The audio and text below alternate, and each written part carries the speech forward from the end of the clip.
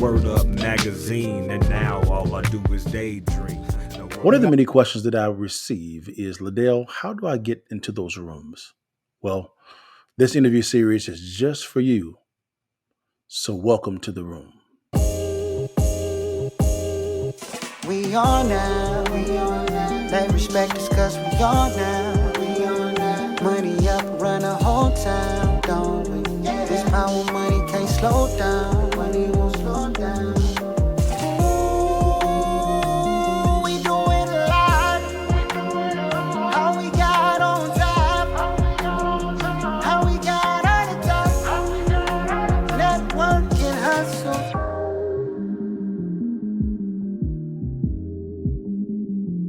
Guys, what's good, man? It's your partner, Dale, back in the saddle again for another Countermove podcast, the interview series. And guys, I have a special guest for this one, man. You've heard me talk about a company, and I have the shirt on called American Rounds. They became a little bit of a sponsor for us as well.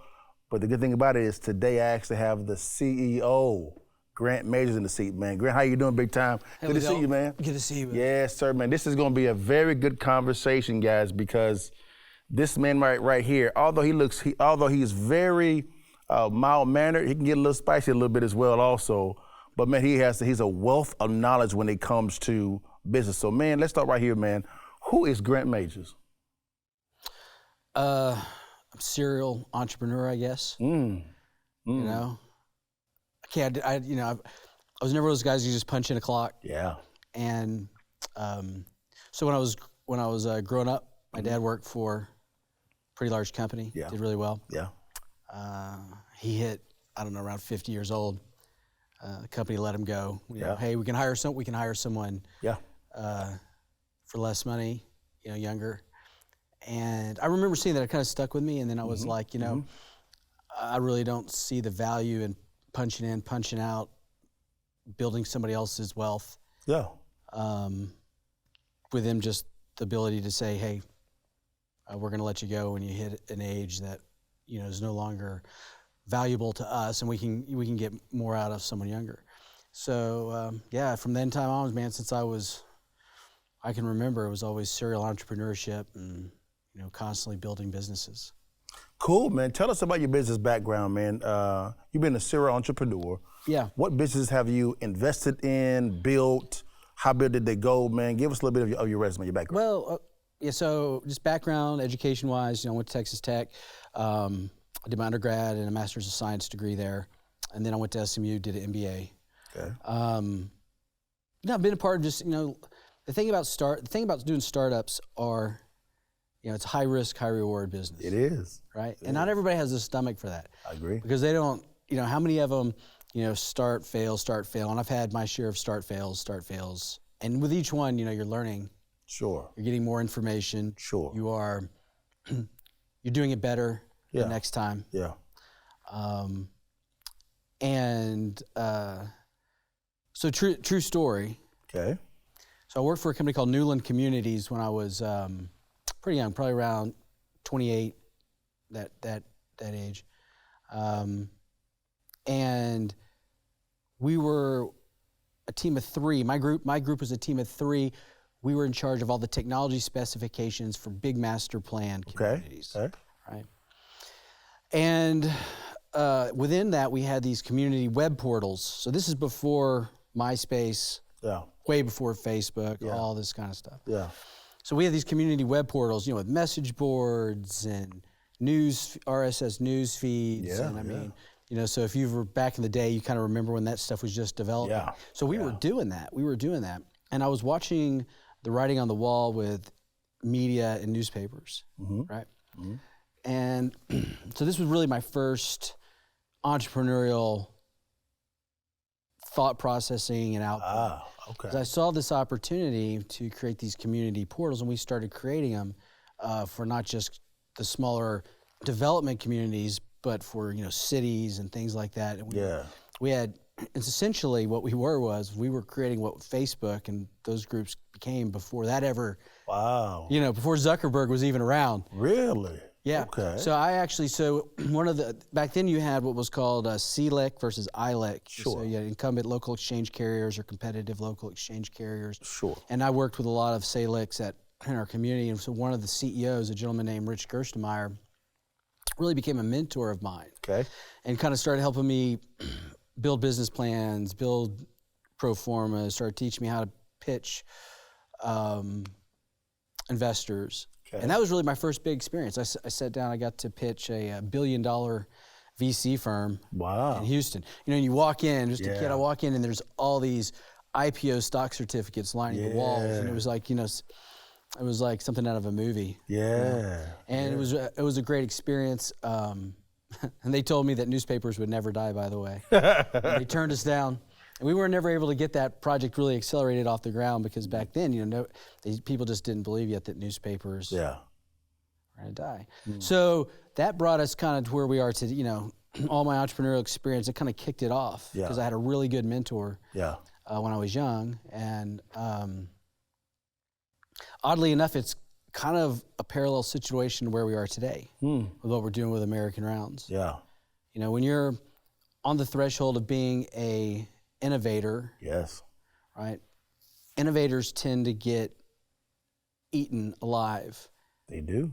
Because a lot of times they're ahead of the curve, and the market hasn't responded or accepted the next change agent that's going to really impact, you know, the economy, commerce, things like that. Yeah. You know, the internet was a great one. You know, just kind of like when the innovators came out, you know, before the crash, the .com crash, you know, and everybody was just, you know, popping out websites, and it was a lot, you know. What happened then was, right, we really didn't have the infrastructure to do all the things that all these companies were wanting to do. They all had the vision for it, but the infrastructure wasn't there yet. So sometimes when you're on that innovative cusp and you're right before the, you know, as the curve is building, as that wave is building, sometimes you're just, if you're on that innovation early stage, you know, there's a high risk because we got to bring the market to it. But man, that's where the big reward is when you can make that transition, and you can go from the innovation to growth. That's really where, you know, the opportunity exists, and kind of what charges me up and why I love being. This guy Grant is he's an innovative thinking type of guy. He's going 100 miles an hour all the time, which is why I think he's a good CEO. Now let's transition over to American Rounds. Sure. This is the company that you're the current CEO on. What is American Rounds? What is it about? And why is it so good? So, again, that entrepreneurial process that I, you know, was always a part of, I got into the hemp space, you know, 5 or 6 years ago, really before it took off, before we had one in every corner. Our partner in American Rounds, Lawrence, he was our supplier. We were both in that space. Anyway, just kind of bring it up, long story short, as we got into that, I sold the company to a group in New York. Lawrence, we brought Lawrence in with us. We started doing manufacturing, and it led down this road post-COVID. It led down this road to where we got introduced to automated retail. Right, so using AI technology for automated retail. And what happened was COVID really kind of sparked more of an interest in that, because if we remember, right, it was people were having trouble finding employees after COVID. Correct. Right? People didn't want to go back to work, so a lot of your retail, your grocery store, your C-store, you know, just other type of retailers, they struggled when, you know, to find that staff, and it just made it difficult. So this automation piece, can we convert retail into, you know, an automated structure? Well, Amazon's doing that already. There's, you know, full-on Amazon stores. And overseas, they're, you know, 5 to 10 years ahead of us in that space, and they're doing it. So so Lawrence and I had an opportunity to get into that space on the hemp business, and we had some interest. And as we started talking to the retailers, they came to us and they said, well, we love hemp and that's great and it's a good business and all, but our customers want ammo. So can you do an ammo automated retail machine? And then that was it. I mean, it was like, the answer was yes. I mean, I didn't even hesitate. The answer was yes, we can do that. Called Lawrence. And between the two of us, we had we had the sourcing, the resources to put Yeah. together. Wow. And then that was born, 6 or 8 months ago. It was. And full disclosure, guys, I am a partner in American Rounds. And to kind of unpack it a little bit, I'm sitting at my home office. I get a phone call from Grant, and he says, "Hey, LaDale, man, can I come by?" And I'm like, "For what?" And he says, "I got something to run by you." I'm like, "Grant, I get pissed all the time, man. Like, man, you got to see this. You got to see this deal, man." I said, "All right, come on by." He came by the house, and he began unpacking it with me of what this concept was of AI-powered, unattended. Really, it's a vending machine, but it's AI-powered. And I said, "Whoa!" And for me, guys, I'm a business guy, systems guy. I ain't know that much about ammo. And so I said, let me make a couple phone calls. So I called James Case and also Jason Hanna and also Matt Zapala. And Matt asked me a question. He said, "LaDale, what do you need to see for you not to invest?" I said, "I don't know anything about ammo." He said, "Well, you have anybody around you?" I said, "Grant, Lawrence, James, Jason, everybody knows about ammo." He said, "Make the investment." And I said, "All right, cool." I said, "I think this has a chance to be a $1 billion baby very easily if we do it right." And this guy's the right guy. Now, an AI-powered vending machine is not common when it comes to places. What is that? How does it work? Explain to everybody what's going on. How does it work? All right, well, so the retailers, they were looking to move this direction because, like I said, staff issues. But what it also did was, particularly in the grocery store space. So in the grocery store space, we can take somebody like a Walmart, and you look at their model. Yeah. They've got groceries on one side, they got different hardline type products on the other side, everything from automotive to toys, to household items, and they also happen to have outdoors, right? So they're carrying ammo, fishing, and so a lot of these grocery stores in various towns, their biggest competitors, Walmart's sitting there. Correct. So the retailer is looking at, okay, how do I diversify my product line? Yeah. Right, without increasing staff. Yeah. And drive more traffic into my store. Sure. And so for a lot of these retailers, they're in hunting communities. They're a little bit more rural. Sure. And they're like, man, that's where the whole idea of ammo coming into that, right, was to compete with that outdoors retailer and be more competitive with like a Walmart. So the machine concept was brought to us for that purpose. We started launching the machines. Obviously, the number one question when you start thinking about, okay, we're going to have an unattended, automated retail machine, which is really, like you said, a very high-end, a high-end vending machine. Yes. Kind of like what we see with, if you go to the movies now with the Cokes and you can select all your different flavors and blends, so think about that kind of high-end machine. Well, the first thing that came to our mind and everybody asked was, is this legal? Yes. Can we do that? Can we even sell that? So that was the first, the first thought. It really wasn't the technology of the machine. The technology of the machine is there. It's been used for a lot of different things. Yeah. They've been around for quite a while. It was really COVID again driving it to the retailer now. But is it legal? So, and the answer was, well, it depends. Yeah. The answer from a standpoint of selling ammo, yes, it's legal. Yeah. But there are qualifiers to that to ensure that it's legal. Sure. For instance, roughly around 80-85% of the states, it might be a little bit higher than that, do not require what's called an FFL license to sell ammo. Okay. Right. So that means you can, as long as you're not importing ammunition, but just as domestic sales, you are able to sell ammunition as a retailer. Yeah.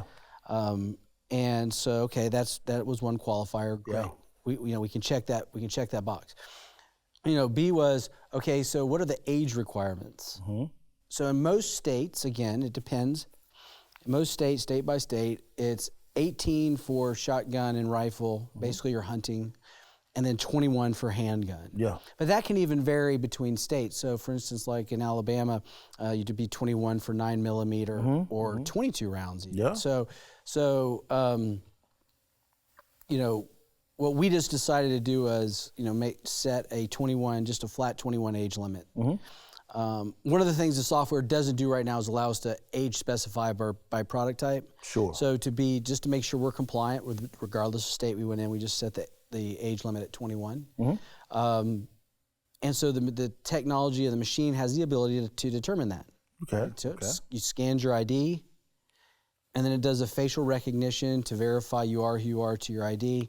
It matches that and says, okay, you're age appropriate Gotcha. and eligible legally to purchase. Gotcha. Okay. Okay. And so that gives us the age requirement match, right? So there's A and B. So we've got that. Then the third part that you have to do is you have to maintain certain records for so many months, and that varies again by state.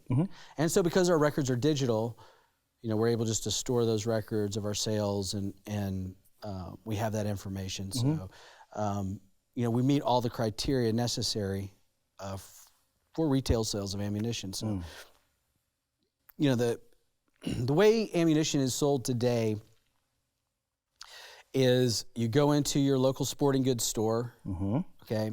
Yeah. Just generically, and it sits on a shelf. Okay. Right. Now, I've gone into, you and I, you know, I've sent you pictures and we've talked about this, right? Yes, I've gone into some of these stores, right? Like half the time you can't find anybody to assist you if you don't, you know, if there's nobody in sight. Yeah. And you can go, it doesn't matter almost which one you go into, but it's very hard to find a customer service person being there. That's really important because this is ammunition that is just sitting openly on a shelf, no different than apples sitting in a grocery store. Correct. You're going to throw them in a bag. You correct. Right? So you have this ammo sitting there. In fact, one location that we went into, I sent you a picture of, right? So there's an ammunition, AR-15 level ammunition, and the box is literally open, sitting on the shelf. So you can easily, you know, take that, dump it into your backpack, pocket, purse, walk right out the door. Nobody even knows. Because there wasn't a soul around. There was nobody making sure. And I can just tell you as a shooter, I mean, I like to shoot. I'm not a big hunter, but I do like to go to the range and shoot with my boys and things. I've never been ID'd one time for ammo at a retailer. You know, and I grew up shooting since I was young. No, I noticed that as well. I went to a local Cabela's, and when I was going through the due diligence of this, and I walked in, I was like, man, this is odd. You just walk in this grip like it's some candy. Just walk in and walk out. Yeah. I was like, whoa, nope, just walk out. Yeah. And I'm like, whoa. And I saw most of the action at a Cabela's was really behind the counter when it came to firearms. That's for sure. Absolutely. And I just said, I'm assuming that the delta there is more apropos for the distributor when it comes to firearms, right? Not so much ammo. So if they could automate this type of process, this is a game changer for them. Then I did some research and I said, okay, wait a minute. How much of the sales of ammo do these big box stores actually when it comes online? 15%. It's very little. I just said, this is a huge space. Now, let's pivot over. You gave me the legality perspective. Now, if you could give me, why is buying ammo at a grocery store from a consumer-based standpoint so beneficial to the consumer? It's convenience. I mean, at the end of the day, it's a convenience factor. Okay. Right. There's a couple of, we talk about convenience and we talk about the security. The convenience factor is just phenomenal because I can tell you, again, just someone who likes to go to the range with my kids, I don't think about necessarily, it's not one of those things I think about. I'm like, oh man, I might cross my mind once in a while, I should go down and buy some more, 9mm or 40 cal or whatever it is because I'm gonna take the boys to the range. Or they wanna go shoot some clays. I need to go pick up some 20 gauge for my shotgun. Well, then I got to drive over to sporting goods store, which is a little bit further away. But now, if you're in a small town, you might drive, an hour to get to one of the major sporting goods store locations. for sure 30 minutes or so. The convenience factor is that I can go across the street to my grocery store, Yeah. right? And I'm picking up whatever it is I want to pick up. Yeah. I'm already spending $300 on groceries as it is with the economy the way it is and as expensive as it's gotten. Yeah. What's another $20 to pick up a box of ammo while I'm there? Mm-hmm. And then, you know, keeping my stock of ammo current and up to date, so I'm not out when I want to go to the range. Yeah. Or if I am out when I go to the range, it's literally right across the street. I just go to the grocery store, I pick it up, and you know it takes just a few seconds, and I'm out the door. Go to the range. You wait to go to the range. You run out. I mean, you're paying. They've got you convenience there at the range, and you're already paying for range time. And now you're getting 30% higher markup on your ammo, and you're paying more for it. So I just think there's a convenience factor that's really good. You know, we wanted to create availability in the space. Mm-hmm. It's not just and the grocery stores wanted that to drive that traffic. Sure. They're creating diversity in their product offering. Sure. So this is a good one for them. I think the other things we just talked about, I mean, obviously why it's important is the safety reason. Mm-hmm. Right, we do take extreme safety precautions on selling firearms as we should. And it's a constant political battle, regardless of what side of the fence you're on that. Yeah. We all agree, I think we all agree, that there has to be some level of safety and good firearm owners, good gun owners agree with that. Yeah. And so there's appropriate checks and background checks and waiting periods and all the different things depending on the state you're in and federally, that you have requirements. Well, like we said, there's really nothing there ammo-wise. Correct. You just grab it and go. Well, I mean, your firearm doesn't work without the ammo. Correct. Right. So we add a level. We add a level just to safety and security. Right. We verify the right age. We have the record. We know. It's not just cash transaction. Now, a lot of people, they get itchy. They're like, oh, okay, you're doing a facial recognition. You're grabbing an ID. Mm-hmm. We don't sell that information. That information is purely for compliance of, we have to keep records of the sale. Correct. Right. And we want to be responsible to who we're selling our ammo to. Mm-hmm. We can't have a 12-year-old going up who stole Correct. Snag Dad's ID. Yeah. Or Uncle Bob's ID and is over there swiping it, and he's trying to get a box of ammo. Yeah. So we got to do things the right way, and so, security, convenience. I mean, all just the different typical factors I think you would look for in a product like this. That actually makes a lot of sense. That's one thing that attracted me to this is the camera recognition type of scenarios. That's the same technology that the TSA uses, which is kind of crazy. Right. Yeah. So it is. It actually. You can't just hold a picture up. Correct. Right? It's going to have you smile at the camera or move your head. It's going to verify you're a real person and that's who you are to the ID. Yeah. Good stuff, man. Now, man, what locations are we currently at now, and what do you see it going in the future? I tell you, this is the growth models is starting to snowball. That snowball is getting bigger. It is. And bigger, and that's exciting, right? So that's the part of being an entrepreneur that you get excited about. And that lends itself to a whole different set of challenges. Yes. But that's okay. We've got a great operational team, and I'm not concerned about that. But it is starting to snowball. We are currently, we launched our first 2 machines in Alabama. Mm-hmm. So Pell City, Alabama, at Fresh Value Grocery Store, and then at Fresh Value Grocery Store Tuscaloosa. Yeah. We are, over the next 4 weeks, we'll be putting 4 machines into Oklahoma, okay, at Super C locations. Okay.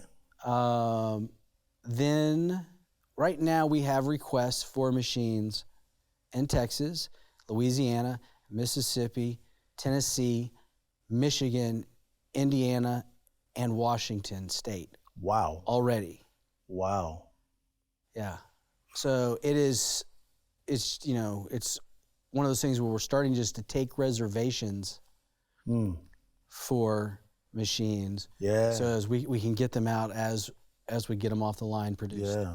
And obviously it's where my partners come into play to help us. Yes. Financially make that viable, that and fund that, and get that scale the company the appropriate way. When you've got to have that, and that's obviously maybe the maybe the tougher part than actually getting them produced. Yeah, is. I don't think it'd be that tough because it's so much value there. Yeah. Safety, convenience, and there's an appetite from a consumer-based standpoint. Yeah. In the next 12, 24 to 36 months, how many locations do you think that will actually be in? Well, we're getting ready to start manufacturing another 18 machines. Okay. Okay, that's going to put us at 24. The discussion has been since somewhere around Q3, Q4 to look at a production of around about 30 machines. Okay. 50. We are anticipating reservations for over 300 machines by the end of March. So, you know, and hopefully to be able to roll out somewhere between 50 and 100 machines this year, and then, you know, and just keep it going, just keep it moving. And, you know, if in 18 months we could have, you know, 150 machines, I think that would be a huge, huge win. What valuation do you see this company getting to in the next 24, 36 months? Oh, from a valuation standpoint? Yeah. Yeah, you know, that's, you know, valuation, really early stage money, pre-money valuations are, you know, they're projections. Sure. You know, they're hard. You're looking at a lot of industry comparisons and things like that Sure. to create that value. And early stage money valuations can be just as tricky because you're still projecting a degree of scale and a buy-in. Correct. You know, one of the things that we've learned in this is that there's a learning curve with the technology. Correct. Right? So people are, they will go out, they'll buy, you know, ammo right off the shelf, but, you know, getting them to think, oh, I'm at the grocery store, I can pick up some ammo, and you know, I go to the screen and I touch it, and, you know, there's still a little bit of a technology transition. Remembering, it's at the grocery store, I can grab it there. So a lot of that marketing and that push, you know, will escalate sales over time. So, you know, I think I'd be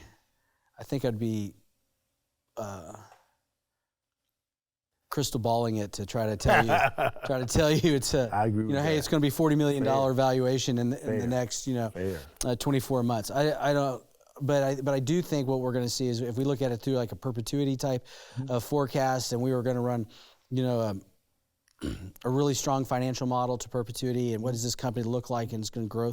I mean, it is that kind of money. Yeah. There's no question it's that kind of money. It is, and there's a logistical side on this when it comes to delivery as well. Also, that we haven't even dove into, guys. I've been doing a lot of research on Amazon's logistical model. It is so profound how they actually run it. Yeah, it outperforms the U.S. Postal Service, UPS, and FedEx. It's crazy. And to thinking about how, me and Grant have these discussions offline, and we'll talk about that type of stuff as well also. And when it comes to Amazon, a big part of evaluation is the delivery model as well also. Yeah. So it's crazy, man. If you could, man, as we end that discussion, look over into your camera over there, man, and tell them why American Rounds is a good model to trust, a good brand to trust, and also tell them where they can find you at. Yeah, so the retail space is moving towards automated retail. It's an inevitability. We're going to see more. We already have requests for other products. We've had requests for golfing products, fishing products, alcohol. We've had requests for, in fact, I believe it's Modelo, one of the beer companies. I want to say it's Modelo. They're actually doing automated retail machines already. We've had other opportunities that have already presented themselves. Correct. So it's going this way. I mean, at the end of the day, it's a convenience factor. It's a safety factor. We're able to scale larger, faster, because we're not having to buy big retail locations. We're using existing retail locations. That allows us to drive price down and pass it on to the consumer and have competitive pricing. Right? We have competitive pricing with any other retailer out there at any of our machines. We can see all our machines digitally, cost compare, hit a few keystrokes, and be competitive in any market at any machine, depending on whatever specials are running, what's going on. So, you know, if we look at it just from affordability, convenience, safety, and security, you know, American Rounds makes a lot of sense in the ammunition industry. It does. So, yeah, so AmericanRounds.com, that's the best way to find us. All the social media buttons, Yeah. Facebook, Instagram, YouTube, et cetera, X. Yeah. All those are on there linked up, and you can follow us. And, you know, we just appreciate the support, appreciate the time today. For sure, man. Yeah. Man, this has been a great conversation. I told you this is going to be really good. I think Grant he's very humble, but he's a very wise man when it comes to business and finance, things of that nature. But he can be a little firecracker sometimes, which is what I like about him, which is good. Well, guys, man, thank you so much for your time, man. And thanks for blessing us with your time for another edition of the Countermove Podcast, the interview series. And we see you next time. God bless you guys. Peace. Long live the king, king, king.